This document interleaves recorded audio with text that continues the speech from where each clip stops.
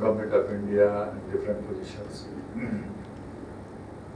I would like to first thank Dr. Nityan, with whom I had a good chance to interact 5-6 years ago. I was surprised to receive his phone call.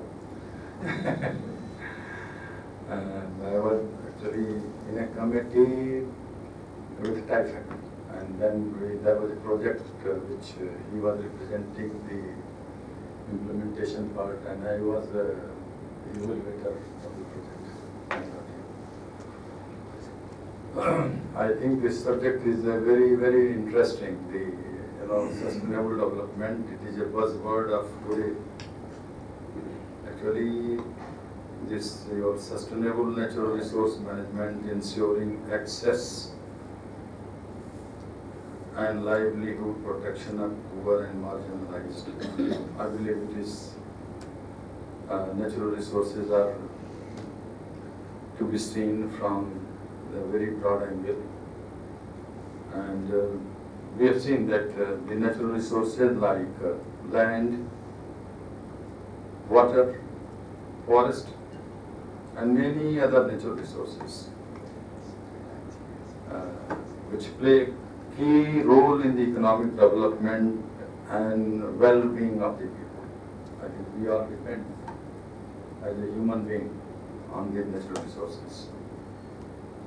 But due to increasing pressure and the non-judicious use, these resources have been depleting and also degrading. Two things. The forests have degraded. Water bodies are resources, they are depleting. And we, in some of the international forum, I think it's the Paris Agreement where we made the commitment that 26 million degraded land will be restored as per our national commitment. Because we have a lot of degraded land, but up to 2030, I think there is a time limit. We are progressing, but I do not know to what extent the reality, what is the actual meaning of restoration, people take it. Restoration means going back to the real original condition, or just planting few trees and ensuring that, well, it's vegetated. The best way for the sustainable development, what we call it, nature-based solutions, it are most critical for sustainable development, no doubt. Nature-based solutions, if we follow, perhaps that will be the most real sustainable. Some of the examples I will give with reference to my own background at the forestry. Reforestation, which improves plantations, natural regeneration of the forest. Restoration of the degraded land, which will not be only the reforestation, but also maybe various kind of activity, watershed management, and making some land, structures where you can really improve upon, undertake the agroforestry. These are also part of the natural solutions because carbon sequestration, etc. takes place. Include also the medicinal plants and the NWFP because they are equally important, in fact. Medicinal plants too. Nature-based solutions play a key role in saving, conserving water. Also through crop diversification. It's not only that we are conserving water, but we also enrich the biodiversity, recharging the groundwater aquifers, because the trees, through roots, they recharge the soil. They also do the water purification and also the atmospheric purification. We all know all these points. Avoiding runoff.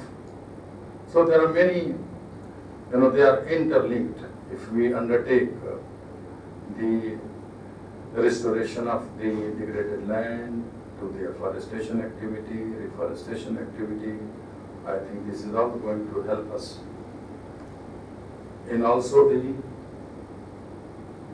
water resource conservation and purification.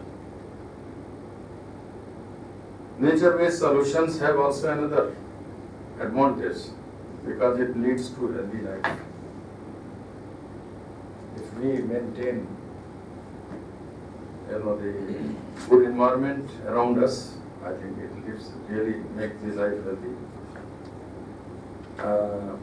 We all know our national slogan, which has been in COP26 perhaps, the lifestyle mission.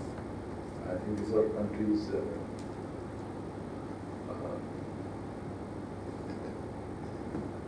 focus which has gone there, and it has been accepted worldwide now. I think in our G20 meeting recently, you must have seen this was a very important point for discussion.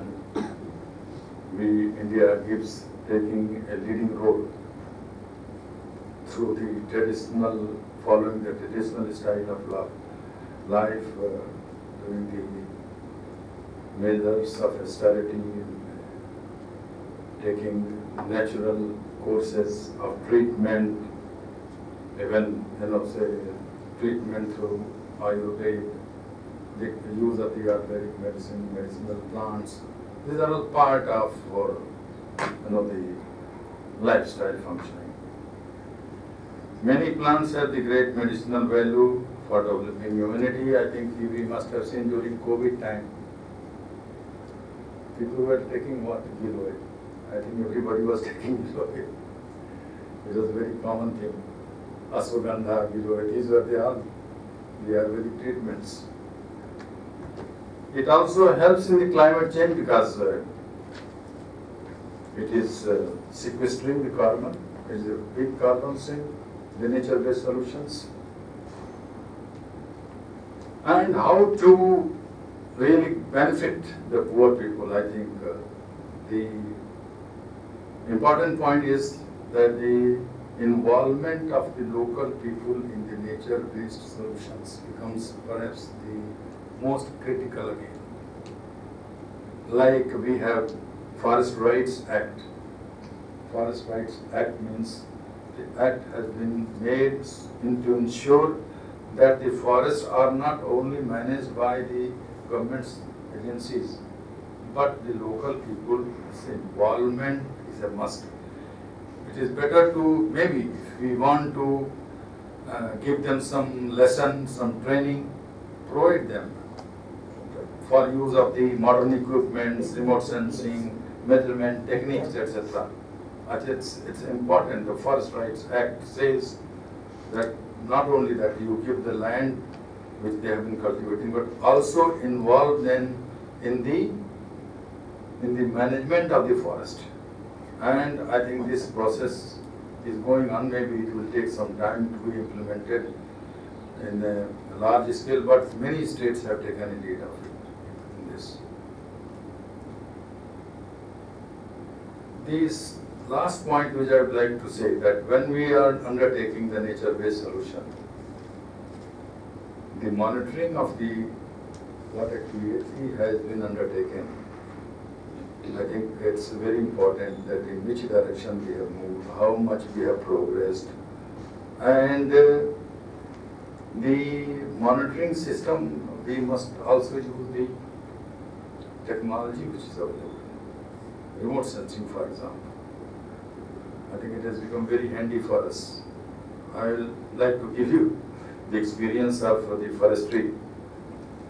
We were knowing only that India has got 76 million hectare forest. I remember when I joined service, we were knowing only this.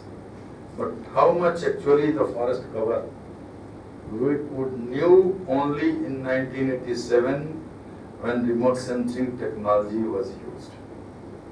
So such kind of, such modern tools, remote sensing, GIS, they becomes very handy when we want to undertake that the efforts which is being made for economic development, both for and sustainable development involving poor, we must use these techniques and technologies so that we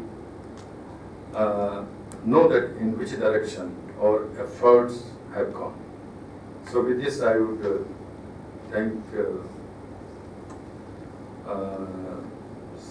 Council of Sustainable Development for giving me this opportunity, and I would invite the lady speaker, Ms. Gina Niazi, to perhaps the case study which they have undertaken in the Bundel family, and we would like to be educated on that. Thank you very much.